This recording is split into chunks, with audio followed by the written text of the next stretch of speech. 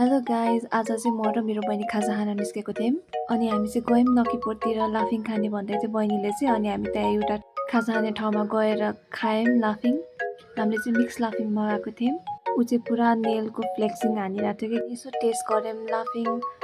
सुरुमै पिरो कम हालिदिनु है भन्नु बिर्सेर हामी दुईजना त पिरोले मऱ्यौँ गाइज।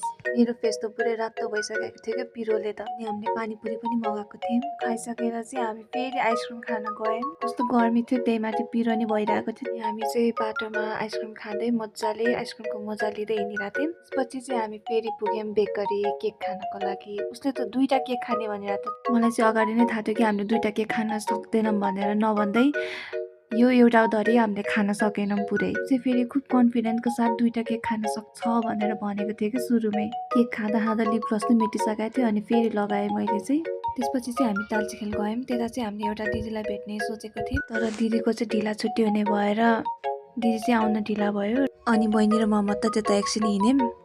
अनि बहिनीले फोटो खिच्ने भनेर उसको नि थोरै फोटो भिडियो बनाइदिए।